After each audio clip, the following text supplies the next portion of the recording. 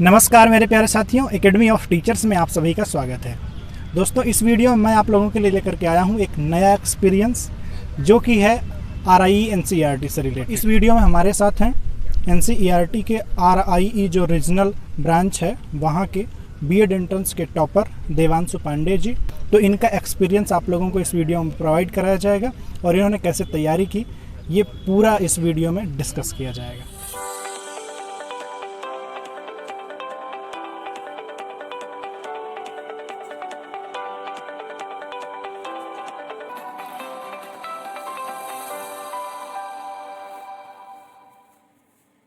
तो सबसे पहले देवांशु पांडे जी, आपको इस प्रतिष्ठित एग्ज़ाम में सफलता के लिए बहुत बहुत बधाई। बहुत बहुत धन्यवाद आपको। दोस्तों, जिस प्रकार से आप लोग जानते हैं कि NCERT जो है उसके 5 जो है रीजनल इंस्टीट्यूट ऑफ एजुकेशन हैं जो पूरे भारत के विभिन्न क्षेत्रों का प्रतिनिधित्व करते हैं। जैसे उत्तर भारत है, पूर्वोत्तर भारत है, इसके अलावा जो है भुवनेश्वर में एक ब्रांच है, इसके अलावा साउथ इंडिया में एक ब्रांच है, इसके अलावा जो है ये पश्चिमी भारत के लिए एक अलग ब्रांच है। तो कुल मिलाकर के पूरे भारतवर्ष में 5 RIE की स्थापना की गई है NCERT के द्वारा। और इन इंस्टीट्यूट से जो टीचर एजुकेशन के लिए कोर्सेज कराए जाते हैं। तो यह प्रतिष्ठित परीक्षा इन्होंने जो है B.Ed के लिए एंट्रेंस दिया था, जिसमें इन्होंने अजमेर ग्रुप के लिए, अजमेर जो है ब्रांच के लिए टॉप किया है। तो इनके साथ अब हम लोग डिस्कस करेंगे कि किस प्रकार से इन्होंने तैयारी की, एग्ज़ाम का पैटर्न क्या क्या होता है और जिस प्रकार से इन्होंने प्रथम स्थान प्राप्त किया है वो एक महनीय कार्य है, बड़ा सा कार्य है। तो देवांशु जी, इस एग्ज़ाम का पैटर्न क्या होता है और आपने इसकी तैयारी कैसे की? इस एग्ज़ाम में कुल मिलाकर के 80 क्वेश्चन होते हैं। 80 क्वेश्चन वो 3 भागों से होते हैं। पहले भाग में लैंग्वेज प्रोफिशिएंसी होती है जिसमें इंग्लिश से 20 क्वेश्चन होते हैं। सेकंड पार्ट जो होता है उसमें टीचिंग एप्टीट्यूड होता है। टीचिंग एप्टीट्यूड में जैसे प्रोफेशनल स्किल्स है, लीडरशिप है, इस तरह से 30 क्वेश्चन होते हैं। फिर तीसरा जो होता है वो रीजनिंग एबिलिटी होता है। रीजनिंग में से 30 क्वेश्चन होते हैं, वो साधारण ही रीजनिंग से होते हैं। तो देवांशु जी, आपने जो है इस एग्ज़ाम की तैयारी कैसे की, कैसा आपने स्ट्रेटजी को फॉलो की? इसको तैयारी करने के लिए तो सबसे पहले ज़रूरी है, अगर आप किसी भी चीज़ की तैयारी करते हैं तो माइंड आपका एकदम शांत होना चाहिए ताकि किसी भी चीज़ को कवर कर सकें। तो उसके लिए अच्छे से तैयारी की हमने। कई जहाँ से हमें कंटेंट मिलता गया हम जुटा करके उसको पढ़ते रहे। तो आपकी इस तैयारी में प्रीवियस ईयर पेपर्स कैसे योगदान देते हैं? प्रीवियस ईयर्स क्वेश्चन पेपर देखने से पता चल जाता है कि इसका पैटर्न क्या है, किस तरह से क्वेश्चन पेपर आते हैं। तो यही हमें सहयोग मिला कि किस तरह से क्वेश्चन होंगे और उस तरह से फिर हमने तैयारी की। जी, तो इस प्रकार से आपने इसमें जो है पहले प्रीवियस ईयर क्वेश्चन पेपर्स को देखा और उसके अनुसार जो पॉइंट्स थे उनको कलेक्ट किया डिफरेंट सोर्सेस। तो इसमें जो है मेरिट लिस्ट किस आधार पर तैयार की जाती है, लिखित परीक्षा या कोई एकेडमिक क्वालिफिकेशन? मेरिट लिस्ट इसकी तैयार करने के लिए जो 80 क्वेश्चन का जो पेपर होता है, एग्जाम पेपर, एंट्रेंस पेपर, तो एंट्रेंस पेपर का जो नंबर आता है, मार्क्स आता है, उसका 60% और आपने जहाँ से यूजी किया है उसकी डिग्री का 40% मिला करके एवरेज निकाल के मेरिट तैयार करते हैं। जी। तो जिस प्रकार से आपने बताया कि इसमें जो है दोनों इम्पॉर्टेंट होता है, 60% आपका एंट्रेंस का स्कोर और 40% जो है आपका एकेडमिक क्वालिफिकेशन, स्पेशली यूजी का। तो इस प्रकार से इसमें तो इनमें जो एंट्रेंस एग्ज़ाम होता है उसका पैटर्न क्या होता है, उसमें क्वेश्चंस कैसे होते हैं, उनका नेचर कैसा होता है, कैसे उनको कहाँ से तैयार किया जाए? इसमें जो क्वेश्चंस होते हैं लैंग्वेज प्रोफिशिएंसी में सिनोनिमस है, एंटोनिम्स है और कॉम्प्रिहेंशन है, इस तरह के ही क्वेश्चन होते हैं। तो पहले इसको देख करके फिर इनके आसपास से जुड़े हुए जो पैसेज हैं, पैराग्राफ्स हैं, इन सभी चीज़ को देख करके तैयारी कर सकते हैं। अच्छा, तो लैंग्वेज प्रोफिशिएंसी में एक तरह से कह सकते हैं कि जिस प्रकार से नॉर्मल कोई कंपटीशन एग्जाम होता है उसी प्रकार से जो है अंग्रेजी के प्रश्न पूछे जाते हैं। लैंग्वेज प्रोफिशिएंसी में सिर्फ इंग्लिश के प्रश्न होते हैं। और जो मेंटल एबिलिटी जो रीजनिंग कह रहे हैं उसके पैटर्न कैसा होता है? रीजनिंग में ऐसे ही वर्ग वगैरह के ही होते हैं और पूछ देंगे कि अगर एक विद्यालय है, विद्यालय में अध्यापक हैं, छात्र हैं, तो इनका स्कोर निकालना, इस तरह से क्वेश्चन होते हैं। तो मतलब रीजनिंग के सामान्य प्रश्न होते हैं जैसा कि एक नॉर्मल कंपटीशन एग्जाम जो होता है।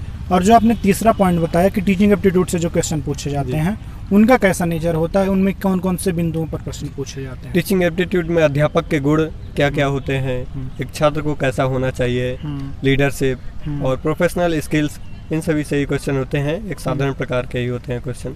जी। तो इस प्रकार से उम्मीद है दोस्तों आप लोगों को समझ में आया होगा कि किन बिंदुओं से प्रश्न पूछे जाते हैं। अब देवांशु जी, हम आपसे जानना चाहेंगे कि किन किन सोर्स से आपने तैयारी की। जैसा कि पहला पार्ट है, उसके लिए आपने कैसे तैयारी की? लैंग्वेज प्रोफिशिएंसी के लिए तो हमने सबसे पहले ग्रामर की बुक से तैयारी की, उसको कंप्लीट किया। फिर उसके साथ साथ जो भी उसके इर्द गिर्द घूमती हुई चीज़ें हैं, जैसे BHU का B.Ed का पेपर होता है, वो भी हमने देखा। और आप लोग इस चैनल को भी देख सकते हैं, दर्शक लोग जो हैं, इससे भी हमने कुछ तैयारी की। और पॉइंट 2 जो होता है, आपने बताया कि उसमें जो रीजनिंग एबिलिटी, उसके लिए ऐसे किन बुक से आपको तैयारी की? रीजनिंग के लिए एक साधारण जो SSC हाई स्कूल लेवल के जो क्वेश्चन होते हैं, उस तरह की रीजनिंग होती है। उसके लिए रीजनिंग की जो बुक्स आती हैं, वो उनसे देख करके हम तैयारी कर सकते हैं। मतलब मार्केट में अवेलेबल कोई भी रीजनिंग की बुक पर्याप्त होगी उसके लिए। इस एग्जाम में बैठ रहे परीक्षार्थियों के लिए, कैंडिडेट्स के लिए जो है, आप क्या हिदायतें देना चाहेंगे कि जो गलतियां हो सकती हैं वो कैसे? इस एग्ज़ाम में बैठने के लिए जो भी अभ्यर्थी होंगे, उनके लिए सबसे बड़ी बात यह है कि इसमें माइनस मार्किंग भी होती है 2/1 के एवरेज से। तो अगर आपको जो चीज़ आती है वही चीज़ आप अटेम्प्ट कीजिए। तुक्का मारने की बहुत ज़्यादा ज़रूरत नहीं है, क्योंकि अगर आपका उसमें थोड़ा सा भी सही होगा, जैसे 35 या 40 क्वेश्चन आपके सही होते हैं, तो आपकी जो UG की डिग्री में अच्छे मार्क्स अगर हैं, तो वो पूरा आपका कवर कर लेगा। जी। तो कुल ऐसे कितने क्वेश्चंस जो करना एक सेफ जोन होगा? एक सेफ जोन जो है, आप 80 क्वेश्चन होते हैं, अगर आपको आ रहे हैं बहुत ज़्यादा तक, तो 60 तक आप मारिए, सही है। जी। तो ये डिपेंड करता है कि हमारे एकेडमिक में स्कोर कितना है UG में, और उसी के अनुसार जो है इसमें कितना स्कोर आता है, उसके अनुसार मेरिट लिस्ट तैयार होती है। अगर एकेडमिक्स में जो है आपका स्कोर कम है, तो आपको इसमें और अच्छा स्कोर करना होगा। और ये ध्यान देना होगा कि नेगेटिव मार्किंग से आपको बचना है। तो जिनमें एक्यूरेसी हो वही करें, और 40 से 45 क्वेश्चन करते हैं अगर, तो एक अच्छा जोन माना जाएगा। तो देवांशु जी, एक प्रश्न मैं आपसे करना चाहूँगा कि डिफरेंट जो है उत्तर भारत में डिफरेंट यूनिवर्सिटीज़ हैं, लाइक BHU है, DU है, तो इन सभी यूनिवर्सिटीज़ से किस प्रकार से वो बेटर है, या किस प्रकार का आप तुलना पाते हैं RI और इसमें? जो ये NCERT जो ये RI की तरफ से B.Ed कराती है, ये सेंट्रल गवर्नमेंट का है। और इसके साथ साथ जितने भी सेंट्रल गवर्नमेंट के स्कूल्स हैं, लाइक नवोदय विद्यालय, KB विद्यालय और आर्मी पब्लिक स्कूल, इनमें क्या होता है कि अगर आपने RI से किया है तो आपको डायरेक्ट एंट्री मिलेगी। मतलब आप TGT क्वालिफाई कीजिए, उसके बाद आपको इंटरव्यू देने की कोई ज़रूरत नहीं है।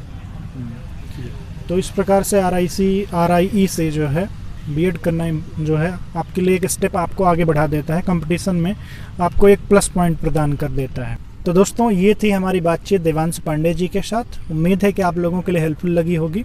और देवांशु पांडे जी, आपको जो है यहाँ पर हमारे चैनल पर इतना अपना इम्पोर्टेंट टाइम देने के लिए बहुत बहुत धन्यवाद। तो दोस्तों, ये थी बातचीत देवांशु पांडे जी के साथ, जिन्होंने RI में टॉप किया है। और उम्मीद है कि आप लोगों को इनका एक्सपीरियंस समझ में आया होगा।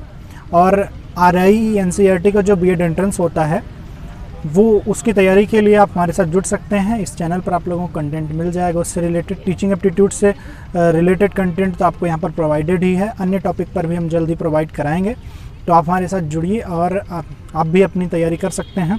इसके अलावा डिफरेंट अगर आप अन्य B.Ed की तैयारी कर रहे हैं, B.Ed एंट्रेंस की तैयारी कर रहे हैं, तो आप हमारे साथ जुड़ सकते हैं। तो दोस्तों, उम्मीद है कि आप लोगों को यह वीडियो पसंद आया होगा। अगर आप लोगों को वीडियो पसंद आया तो लाइक ज़रूर करिएगा, और फीडबैक हमें ज़रूर दीजिएगा कमेंट के माध्यम से।